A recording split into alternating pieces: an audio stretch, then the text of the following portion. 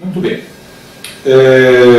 O que a gente tem hoje para apresentar, para discutir nessa mesa sobre atividade de brincar com um modelo de ação psicoterápica, né, na psicanálise, eu gostaria de fazer uma breve apresentação conceitual, tanto do qual é a natureza dessa ação de brincar dentro da psicanálise, quanto retirar disso algumas consequências, né?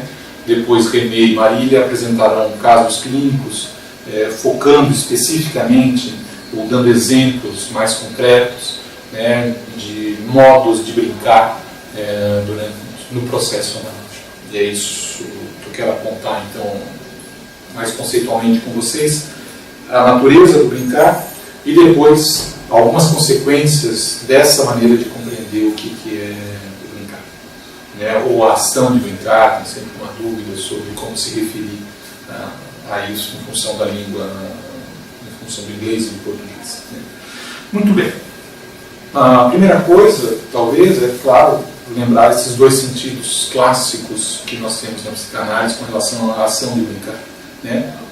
O brincar como a expressão do mundo interno, um modo de comunicar, né, o que está acontecendo na vida emocional, na vida psíquica, no mundo interno do paciente ou da pessoa, né?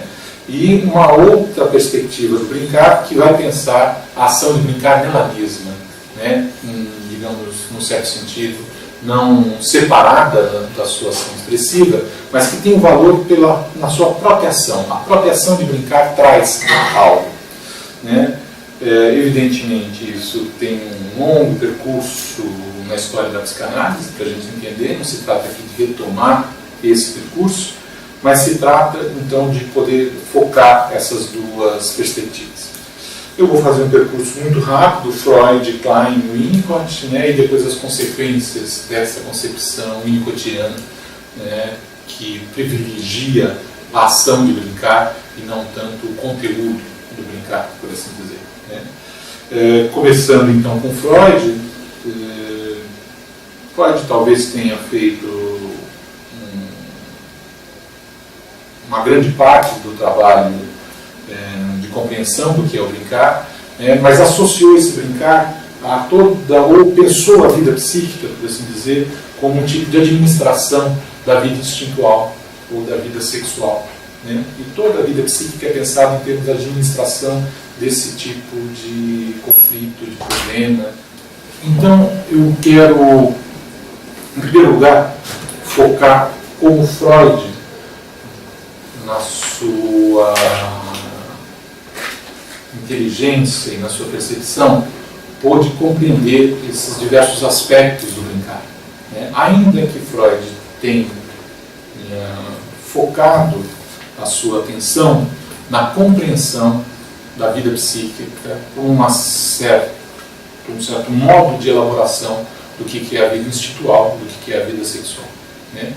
Então, é claro que em Freud nós temos toda a ação do brincar como estando em função da expressão dos conflitos ou todos os problemas que dizem respeito à administração da vida instintual ou pulsional, por assim dizer. No entanto, quando Freud faz a formulação do Fordá, a brincadeira do carretel, ele formula essa brincadeira, né, em função de uma passagem que a criança faz entre receber do mundo, certo, os impactos de forma passiva, né, a mãe vai embora, né, ou depois, com a brincadeira do carretel, poder repetir isso em termos de uma forma ativa, muda a posição, né, da pessoa. E esta atividade e passividade talvez seja uma outra maneira de pensar qual que é a ação do brincar, né? A ação do brincar, por um lado, expressa o mundo interno, por outro, faz com que a pessoa saia de uma situação passiva para uma situação ativa, né, em relação aos acontecimentos da sua vida, né? Muito bem. Depois, num certo desenvolvimento, é claro que é uma longa história sobre o brincar, né? Nós estamos reduzindo essa história apenas a alguns pontos, Freud, Klein e Winnicott, né? Mas isso é para dar um quadro daquilo que a gente está querendo apresentar aqui. Com Klein, evidentemente, o já conhecido, o brincar ficou utilizado como o instrumento por meio do qual você tem acesso ao mundo interno. Esse mundo interno é, no certo sentido, bem freudiano, no sentido de que é a administração da vida instintual, da vida sexual, intensificado nas questões dos impulsos destrutivos e nos impulsos amorosos. Né? Klein faz digamos, um aprimoramento da metapsicologia freudiana nessa direção. Mas o brincar em Klein, então, fica em função de expressar esse mundo interno, amor e ódio, né? A vida instintual que marca esse conflito entre amor e ódio, né? Como fundamento da existência humana, e Klein promove o brincar, né, como um grande instrumento de acesso ao mundo infantil, né, de acesso psicanalítico ao mundo infantil. Aí a ideia de que o brincar substitui a associação líquido-adulto no tratamento de crianças. Né? Muito bem, enormes consequências, expansão do campo psicanalítico para a possibilidade de tratar de crianças, de tratar de psicótico, aonde a noção de brincar é um instrumento primordial, fundamental, para poder fazer essa prática. Né? Mas, tanto Klein certamente acentua a importância do brincar como um modo de expressar as relações objetais infantis, né, conflituosas, angustiosas, arrepianas e etc. Né, dentro desse quadro, e a importância do brincar é aquilo que ele expressa, né, e você interpreta o brincar para acessar o mundo interno da criança. Muito bem. Com o Winnicott, que certamente, ou jamais pode esquecer, que é porque há um Freud, há um Melanie Klein, que temos uma excelência em Winnicott, né, que ele também aprendeu e se apropriou desses grandes para poder fazer o seu pensamento. Mas em Winnicott temos essa grande mudança na perspectiva do brincar, ou essa ênfase de que o brincar deve ser pensado em si mesmo. Então, nessa apresentação que eu vou fazer agora rapidamente sobre o brincar, eu quero focar em Winnicott, fazer o Winnicott falar e tirar uma ou outra consequência dessa história. Né? A primeira é essa, quando o Winnicott diz claramente: o brincar precisa ser estudado como um tema em si mesmo, suplementar ao conceito de sublimação do instinto. Isso é o clássico, talvez todo mundo que vá trabalhar sobre o brincar inicialmente começa com essa perspectiva, né? E a partir daí, então, que nós temos já estabelecido esses dois grandes modelos do brincar, como expressão e como ação, né? E o que você ganha, ou o que você encontra, ou com o que você trabalha em cada uma dessas perspectivas. Muito bem. Consequências dessa perspectiva do brincar, pensando em Winnicott. A primeira dela, né, é uma linha que o Winnicott fala claramente, que o brincar leva ao encontro de si mesmo. Né? Na ação de brincar, né, quando alguém brinca, este alguém faz a si mesmo, mais do que expressa a si mesmo. Né? Ele se constitui, né, se afirma, é um tipo de continuidade de ser, se vocês quiserem, dentro do jargão winnicottiano. Mais do que isso, essa atividade de brincar, né, ela, principalmente quando ela é feita junto com o outro, ela constitui a si mesmo e ao outro. Né? Ela dá uma configuração ao outro, ela dá um sentido ao outro, configura a si e ao outro. Mais ainda, configura a si e ao outro e a ambiência que delimita o brincar, que constitui o brincar, que faz o mundo do brincar. Então, nesse sentido, eu estou dizendo que a ação de brincar faz a si mesmo, o outro e o mundo. O mundo em que sentido? Dois textos de Winnicott: o lugar em que vivemos, a experiência cultural. Né? Ele faz um lugar onde eu posso expressar e viver a mim mesmo, e ao mesmo tempo ele cria o mundo cultural. Ele cria o mundo do estar com o outro.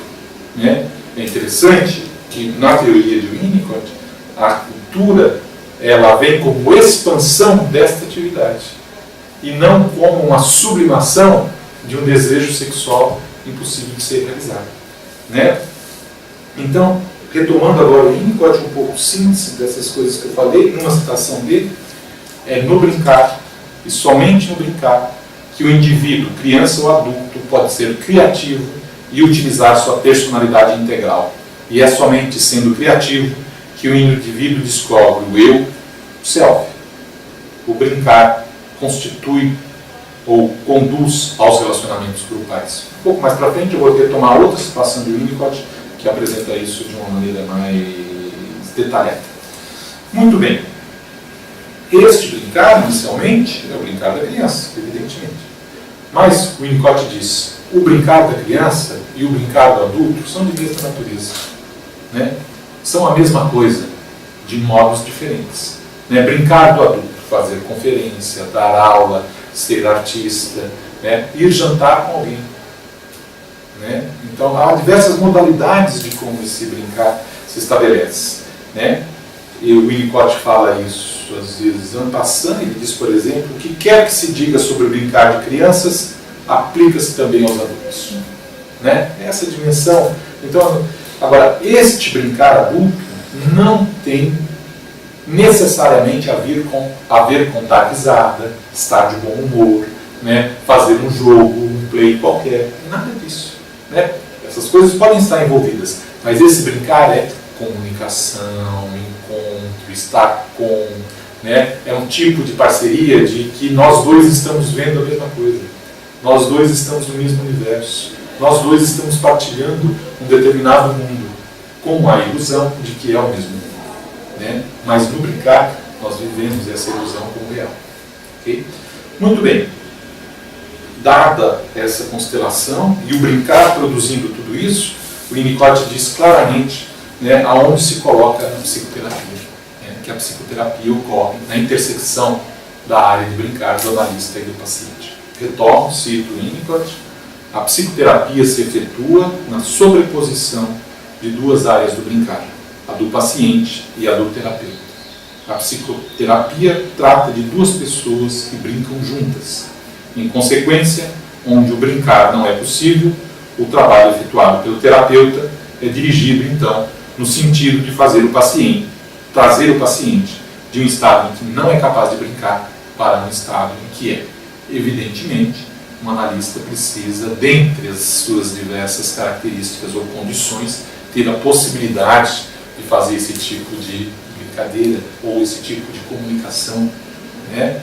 E muitos dos tratamentos analíticos encontram barreiras porque eu não sei brincar de música clássica, porque eu não sei brincar de falar de corrida de Fórmula 1, porque eu não sei brincar de falar de X ou Y.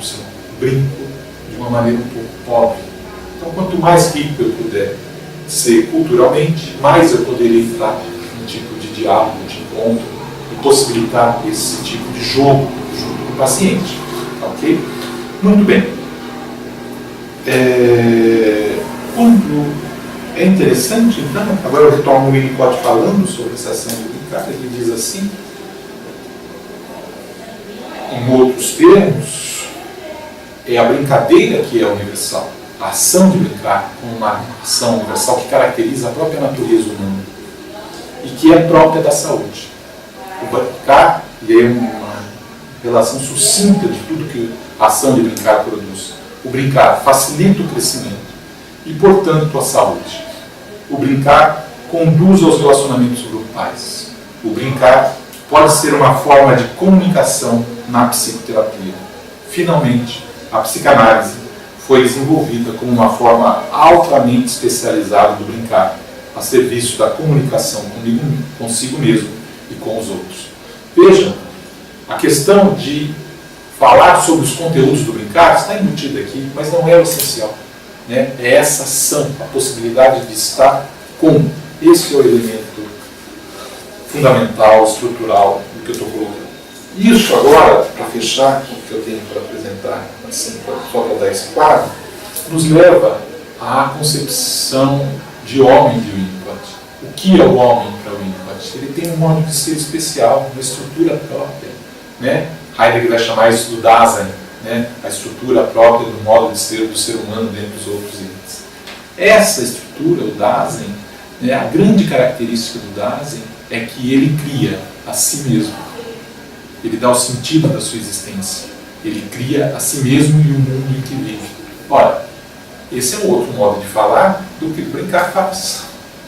Então, essa ação de brincar é totalmente condizente, né, está de acordo com essa concepção do que é a estrutura do ser humano. Não só em Heidegger, né, em Kierkegaard, em Sartre, né, a formulação existencialista clássica, a existência precede a essência, o homem é o que ele fizer de si mesmo. E como é que ele faz isso? Com essa ação. Né? Essa ação que a gente chama de brincar, mas é comunicação, encontro, é tudo isso. Né? Então, o que é interessante aqui, né, é que esta ação de brincar, enquanto instrumento psicoterapêutico, tem valor em si, para além dos conteúdos que eventualmente são necessários de serem analisados, mas para além dos conteúdos que dizem respeito ao mundo psíquico interno. Às vezes, há certos elementos no mundo psíquico interno que tornam impossível a pessoa brincar. Né? Ninguém vai brincar de mamãe me mata. Né? Então, esse tipo de brincadeira. Ou até poder transformar mamãe me mata de uma situação real para uma situação onde eu posso brincar, né? Então temos uma elaboração do que são esses conteúdos, né? Evidentemente feitos com todo o arcabouço da psicanálise. Né? Caberia agora, então, um trabalho mais detalhado de especificar as diversas maneiras de brincar. Porque não existe uma maneira só. Existem meandros, existem variações importantes nesse sentido. Então, caberia, então, agora, nos dedicarmos à compreensão das diversas maneiras como essa ação é realizada no processo psicanalítico. Lembrando que esse brincar não corresponde à ação de ter bom humor nas sessões. Trata-se muito mais de estabelecer um encontro no qual algo que possibilite um tipo de relação com o paciente, né? Um encontro onde possibilitar na análise esse tipo de encontro. Né? Acho que o grande elemento aqui para finalizar, então, que isso que eu teria para colocar para vocês, é quando o Winnicott fala: a psicoterapia é um encontro humano simplificado. Né? E se é um encontro humano simplificado, e a essência do encontro humano é ser e continuar a ser, o instrumento para isso é a ação de brincar. Mas é uma ação de brincar que precisa ser verdadeira entre o paciente e o analista. Há uma comunhão. Né? Então são esses os elementos centrais que dão um quadro, né, a partir do qual a gente pode talvez agora analisar alguns casos clínicos. Né? René e Marília vão falar mais especificamente, vão preparar os seus casos e apresentar esses casos para a gente ter exemplos concretos do que é essa atividade. Tá bom? Então é isso. Obrigado.